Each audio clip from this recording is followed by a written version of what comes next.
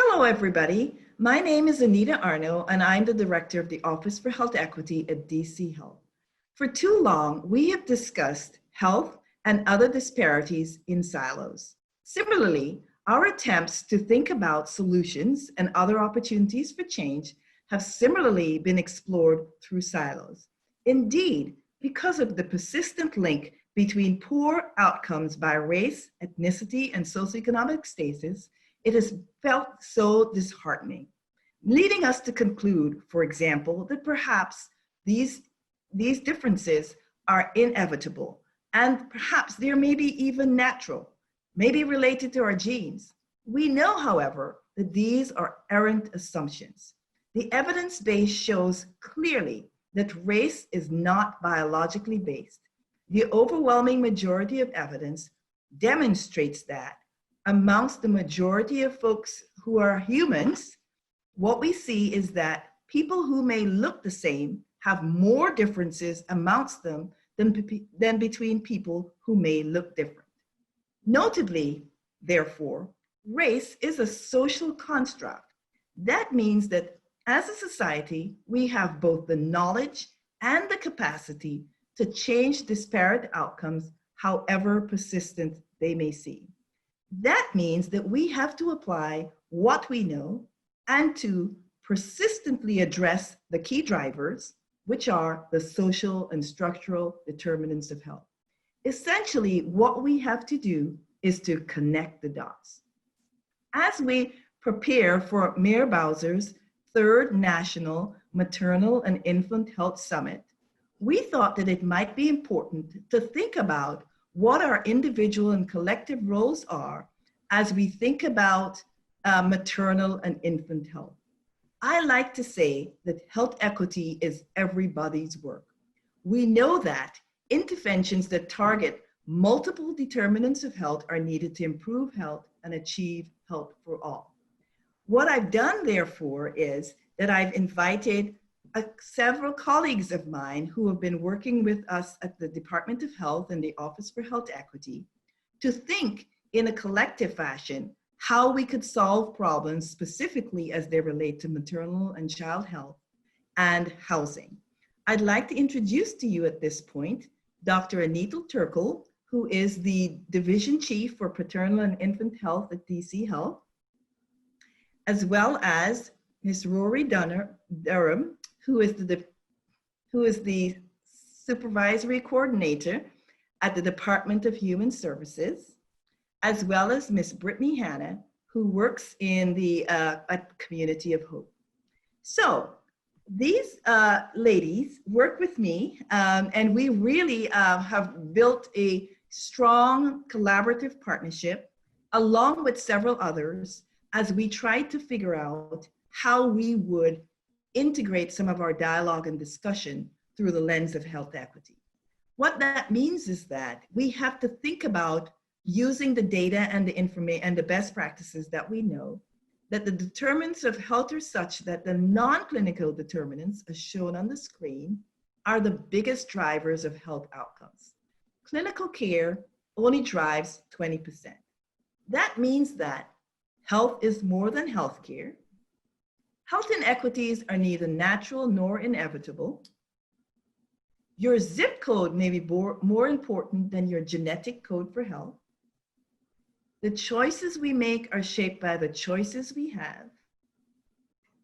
Structural racism acts as a force in the distribution of opportunities for health. And therefore, more than anything else, we know that all policy is health policy. This is the framework through which we produced the Health Equity Report for the District of Columbia in 2018. And this is really the lens through which we think about how we will improve health together, not just through a healthcare lens, but through what we call the 9 key drivers of opportunities for health in the district, including education, employment, income, housing, transportation, the food environment, medical care, the outdoor environment, as well as community safety.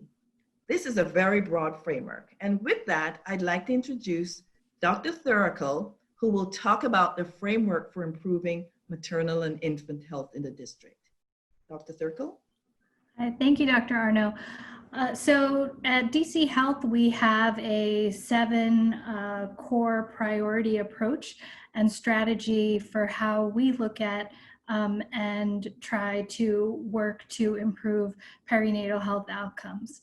And so for this approach, we start at the very top of the circle, at that pink circle, and our first core priority is just making sure that every teenage girl and woman in DC is in control of her reproductive health. From there, we move to looking at every pregnant woman and making sure that she receives patient-centered, high-quality perinatal care that starts in that first trimester and continues throughout the pregnancy and after the birth. From there, we look at every healthcare provider and making sure that every provider has the tools and the resources they need to be able to provide the best quality care and also be able to manage the complex social needs of women and infants. From there, we move to looking at every healthcare facility and making sure that they are providing maternal and infant health care and have access to the tools and resources they need to be able to practice evidence-based healthcare and to document QA and QI activities. From there, we look at every newborn and making sure that every newborn in the district is receiving the highest quality neonatal care, both inpatient at the hospital as well as outpatient. From there, we look at every parent and just making sure that every parent has the life skills they need to nurture and provide for their families. And from the parent, we move to the family unit and making sure that every infant, mom, and dad has a safe and healthy environment to thrive and receive the support they need to be able to promote early childhood development and learning. And so just looking at all of those circles together, we take our perinatal approach to work across the life course because we recognize that so much of the determinants of health are things that are in play even prior to conception. Thank you, Dr. Turkle. What we want to do now is just very quickly tell you a little bit about the Calling All Sectors initiative that we're working together on. As you can see, we start off with the 9 key drivers of health. We've really looking to link healthcare and housing. We're talking about taking us through an equity-informed collaborative approach to multi-sector health in all policies. We're thinking about how housing and healthcare work together to create opportunities for health, especially through the lens of pregnant women. And so we're really looking at the intersection of housing and pregnancy. What we're really concerned about, however, is that we look to address housing insecurity during pregnancy, which we know is one of the drivers of poor maternal and infant health outcomes. And so that's a lot of what we're doing. Our goals in the project are to understand the impact of housing as a contributing factor to perinatal and infant health outcomes in the district, to better coordinate systems that work with pregnant women and parenting individuals, including young parents and parenting families who seek housing services in the district. And ultimately, our goal is to prevent and ameliorate housing insecurities' impact on maternal and infant health. So that's our overarching goal. And what we've done is we've convened not just the representatives we have here, but we are engaged with the Interagency Council on the Homeless, the Housing Authority, the District Housing and Community Development Department will be joining us shortly. We're engaged with Thrive by 5, as well as Community of Hope. And Community of Hope really has a special role because they're bringing to the table the knowledge and understanding of what it is like to do this kind of work in the community as a nonprofit. So their role is to engage other community partners who are like themselves and to be the voice for community partners and residents who experience this kind of dilemma through the process. So now we are going to basically have a series of questions, and I'd like to kind of tee it up from the Health Equity Report perspective. We knew before we started this project in October 2019 COVID-19, for example, that there was a difference in housing cost burden across the district. For example, in Capitol Hill, 20% of residents spend more than 35% of their income on housing, compared to 60% of residents in historic Anacostia.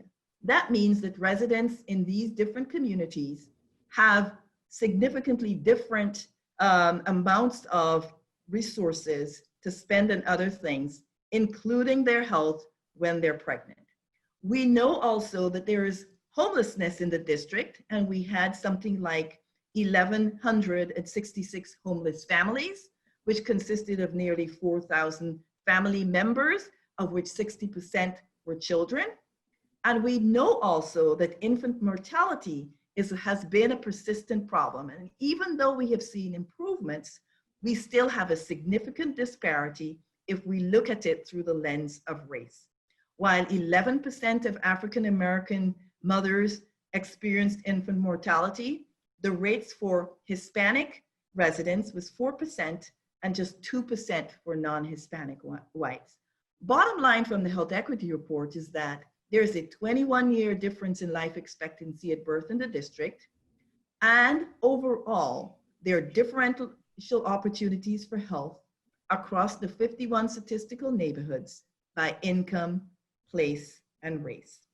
So, my question to our panelists are, prior to your engagement in this initiative, how much was homelessness, housing insecurity, and their impact on pregnancy and maternal and infant mortality and health part of your program of work?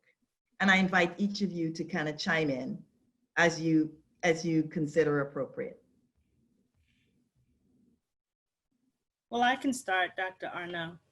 The Department of Human Services has the responsibility of being the gatekeeper, the first point of contact for families that are experiencing housing insecurity. So housing has been the forefront of our service. However, the maternal health and infant health is somewhat new as an integral part of the services that we provide. We do provide shelter services to families who are eligible for homeless services and in that third trimester of pregnancy.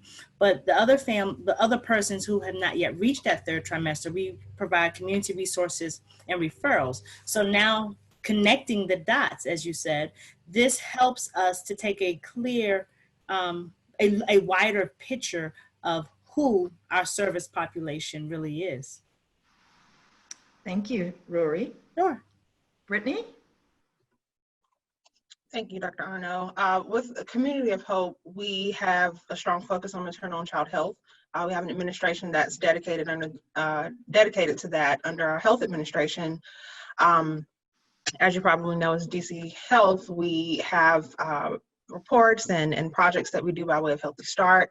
So I'll say for integration and housing and maternal and child health specifically, we're really committed to looking at that integration and how are those outcomes different, right, for families that are perhaps going through permanent supportive housing that now have the support of a maternal and child health specialist. Our assumption is that outcomes are better. Families are better off with those integrations. So we're really looking at, through our strategic planning and evaluation efforts across 2020 and 2024, the next 4 or 5 years, we're really looking into measuring that impact of collaboration. And I think this group is a great forum to think about how that looks across both Community of Hope and all of our respective organizations. Great, thank you. And Dr. Turkle? Yeah, I think prior to this work, we have looked at housing and having housing issues addressed through wraparound services and different case management, home visiting services that we invest in, like Community of Hope, Mary Center. But I think what this initiative has helped do is even just to bring us much closer together with the folks who are in the housing space to just be able to dialogue, understand where each other are coming from a little bit more. and I think build those bridges to be able to have that greater understanding. Okay, great. Well, I think what I'm hearing from all of you is that prior to now, housing, and we know that, that's why we set up the project, housing and perinatal and infant health have existed in separate silos. We've historically operated differently. We've not necessarily always considered, and I think Rory spoke to that a little bit about how that works. What are we thinking? How can we work to break down the silos more effectively to protect mothers and babies in the District of Columbia? I'll take that one, Dr. Arno. I think I'll approach this from a data and evaluation type perspective. I know a lot of the panelists will have the programming side of it, but I think one approach to breaking out of silos is aligning the information that we capture on mothers and babies. That information that tells us about their successes and challenges, and information specific to their households that may allude to those health inequities across the district. What I mean by that more specifically is, as organizations, we need to look at the indicators that we've developed at our respective organizations across our departments, and be more intentional about those main data elements that we need to capture across these silos. This information pretty much tells us whether or not a mother in permanent supportive housing is also receiving that prenatal care. And in addition to that, what information do we need to capture across health and housing that tell us that these integrated services are in fact producing better outcomes? And I think as a higher level, thinking about how do we align what's being captured at Community of Hope, what's being captured at DHS, right? Align those data points across the organizations in the district so that we understand from a citywide systems perspective how our services may be better improved to better the outcomes for mom and babies. And again, I think the Calling All Sectors initiatives is the perfect platform to develop this framework and to understand collective impact. I'll also say with regard to racial equity, at Community of Hope, our approach to strategic planning and performance measurement is constantly through our racial equity lens, right? So in our strategic plan for the next 4 or 5 years, one of our goals is to improve health and eliminate inequities in health outcomes in under-resourced communities in DC. So as an objective, we want to specifically improve maternal and child health, particularly for families of color, by specifically calling out that improvement of maternal and child health for families of color, right? In our strategic plan, we're highlighting the importance of racial equity in our programming, health and housing, and in performance measurement. And I think bringing that perspective to this group and sharing those types of best practices and methodologies help us to build this racial equity lens into maternal and child health and housing across the district. Okay. Well, thank you, Brittany, for bringing that up. I'm going to pivot a little bit, but in the spirit of the same question that we're working on right now. When we started this initiative back in October 2019, there was no COVID or coronavirus on the map. How has the implementation or addressing or adjustment to COVID-19 informed your understanding, analysis, and process as it relates to both housing as well as maternal and infant health specifically? And I'll ask any one of you to respond. I'll take that. I mean, I think for us as a community, and I think just looking at what's happening in front of us with everything as it unfolds, I feel like COVID has really brought to the forefront what inequity does, what happens when decades, generations worth of inequity is left to fester without those safety nets being strengthened and in place for when these kind of catastrophes happen. And I feel like everything that we see is really the culmination and everything just coming to that final center of seeing how, lack of having a community that is predominantly Black, 40% Black population in the District of Columbia, a community that has just not been given and afforded those access points to education, to equitable employment opportunities, transport, everything that was in the health equity report. And we see how when there is something that happens that affects a community, how not having those systems in place really just come to a crescendo. And I think COVID has really brought that so much closer to home in seeing why it's so important to actually make sure that we are addressing, as a community, as a society, as a government, as a people, making sure that those things are in place so that we are taking care of each other and we are ready for when things do happen. Okay. Well, thank you so much, Dr. Turkle. Anything else to add, either Rory or Brittany, or before we get to our next question? No. Any surprises? Okay. All right. So I think in the same spirit, what we are trying to do in this project is to really think about a systems approach and systems change. How do you think this approach we are applying in Calling All Sectors helps us to think differently about systems and how they work or don't, as the case may be? Dr. Arno, if I could respond to that. Mm-hmm. Through the collaborative partnerships with the Department of Health, the Executive Office of the Mayor, Community of Hope, and Thrive by Five, just to name a few, as well as DCHD, I think that we have been able to unify our approach to services. And it's also allowed us to identify persons who are pregnant as a different population, to where we may have identified them as part of a population, a family, or someone experiencing health. We were working in those silos. And I do believe that this partnership has allowed us to establish a systemic relationship and also an understanding to increase the stability as it relates to medical health, as it relates to housing and racial equity. I also think that through this collaborative effort between these agencies, government and non-government, that we have been able, I can speak for DHS, we've been able to identify new data points. And with those data points, assessing and really determining how many families or persons who are pregnant come through our doors seeking services.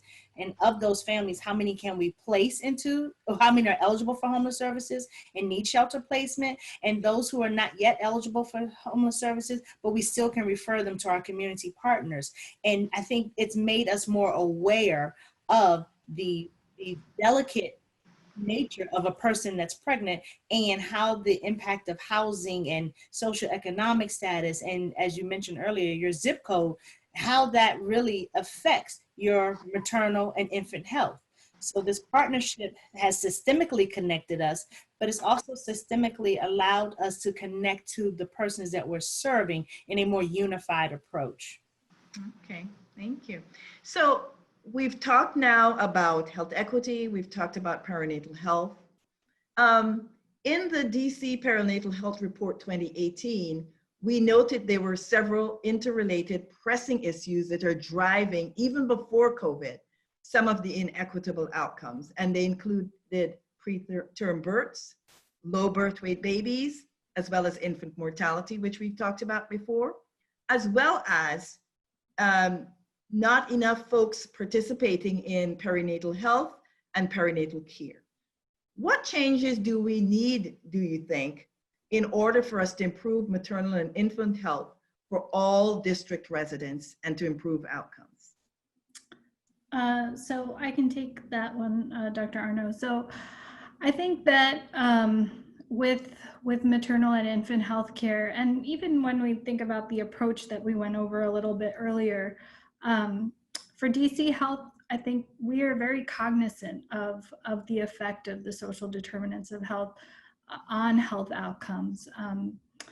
The fact that 80% of our outcomes in health are related to non-clinical drivers. And so for us, I think it's infused in every part of what we do. And that's what's so important, to be able to affect those sorts of changes.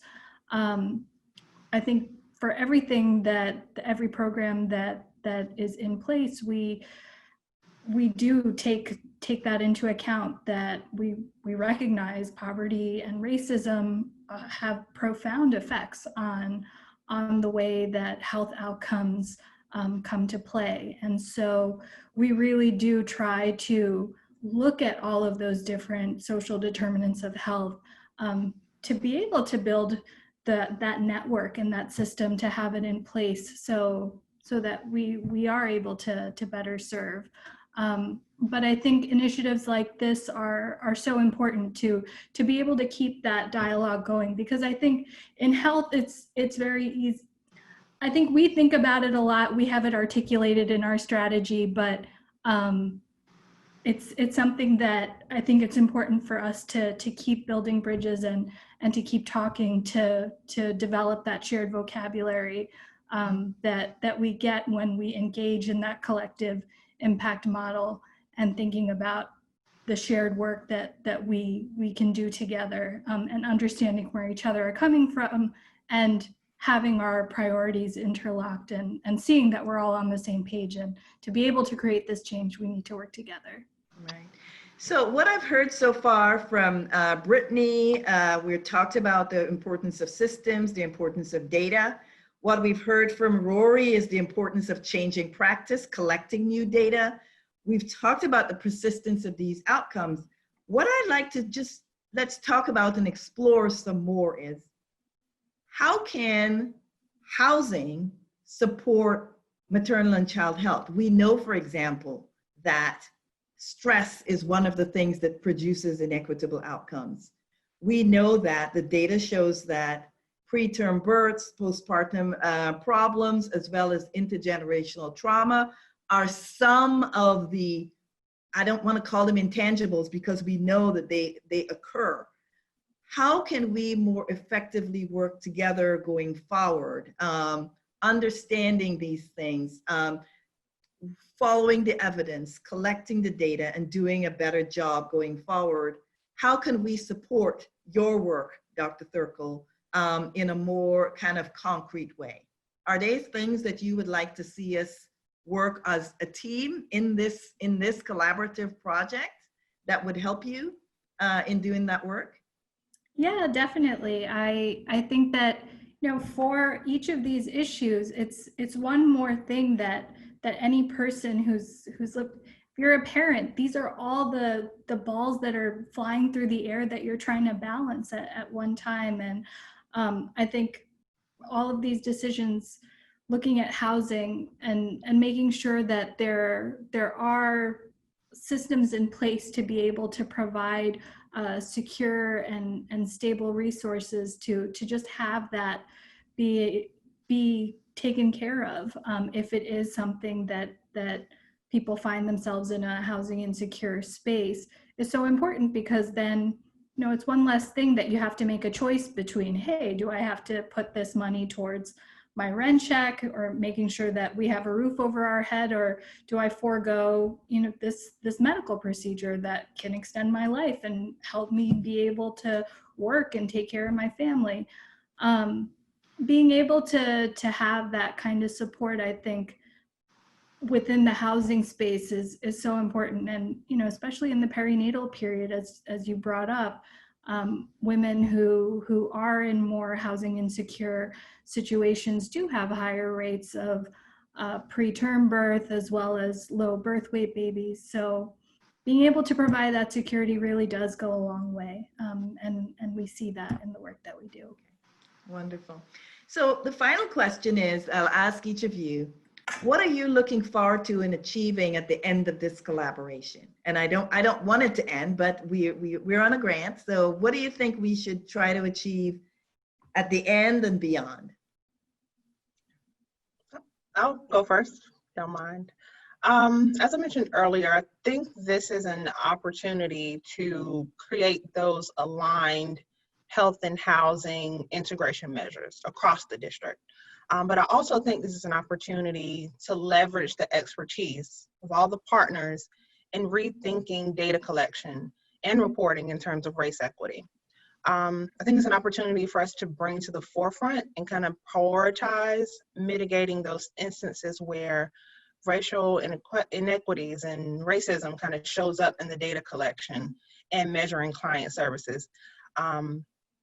A chance for us to sort of examine those individualized service models and structural inequities that exist within our own organizations that have been there for decades. And I think through this partnership, we're able to have those, robust conversations, come up with strategies and best practices, and take those best practices back to our organizations to apply them in a consistent manner across the district. I also think it's a great opportunity to involve the community and engage the voices of the residents in the community. Through a lot of the community engagement that we're doing with Community of Hope, we're really pulling in pregnant moms to say, hey, what are your needs? What are you feeling that is missing in terms of getting you the services that you need in both housing, health, specifically in perinatal care, all of that, right? So I think it's an opportunity to leverage all of the unique community engagement projects and activities that we have going on at each of our organizations and sharing that information, right? So those are the things that I look forward to achieving through this collaboration. Great. And Rory? I think Brittany summed up all of our achievement goals. Thank you. I do believe she said it so eloquently, and it is the systemic partnership. And it's through that partnership that we're able to really not work in the silos. We're able to be intentional in the type of services that we're providing this population. Again, I think for so long, we have identified, even with terminology, we've identified pregnant women, but we've identified persons who are pregnant who are experiencing housing instability and may also have some racial inequity. All of those terms are big words, but when you get down to it, it's our responsibility to the citizens of the district. How do we serve you best? And we serve our district residents and our most vulnerable population best when we're all unified and they have access to whatever services and supports they need, not having to go through an intake process that's 2 days or 3 days with the Department of Health and 1 day with DHS, and then to just walk into Community of Hope and get a one-stop shop. And so I think it's our responsibility to make sure that families and persons who are pregnant are aware. And I think this initiative does that. So that's one of the things that I hope to achieve. And also that these relationships that we have formed, it helps us as we move forward to really create a system that meets the needs of all people. We're really focusing on not just one population, but there are subsets in the larger populations that we serve. And our data helps us generate change.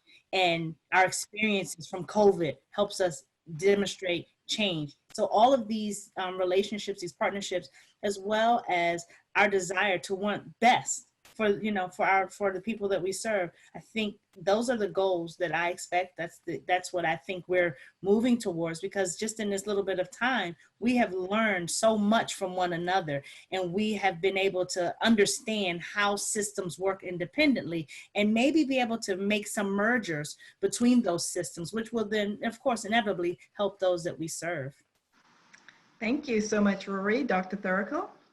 Yeah, I think Rory and Brittany really covered it. But yes, I at least for me, even thus far, I've really enjoyed being able to learn from our partners in the housing space, and even just understanding a little bit more how it works, to go visit Virginia Williams, see what that pathway is that our community experiences when housing insecurity does hit, and how you access those resources, and just even learning the terminology to understand how the system works. And I think us just speaking with each other helps cross-pollinate ideas and see how we can work together even better moving forward. So I look forward to continue just learning from everyone here on the panel and part of the CASI work. Okay, well, thank you, everybody. This has been a phenomenal panel. In closing, I want to really reiterate that For our communities to be healthy and strong, pregnant people need to be safe and in stable housing. Housing insecurity during pregnancy is associated with being born too soon, and housing instability during pregnancy is also linked to increased need for postpartum care. Therefore, we really need to think about housing as an essential ingredient for safe births and for the long-term growth and security of our community, which is the District of Columbia. With that, as I said before, health equity is really and truly everybody's work. We all have a role to play, either as a consumer or as a participant or in every job that you do in the district. Therefore, I hope that you will join us and fully understand as you come to the Mayor's 3rd Annual Maternal and Infant Health Summit that non-clinical determinants of health are a critical part of improving maternal and infant health for everybody in the district. Thank you so much, and have a good and enjoy the conference when you get there. Thanks so much. Bye-bye.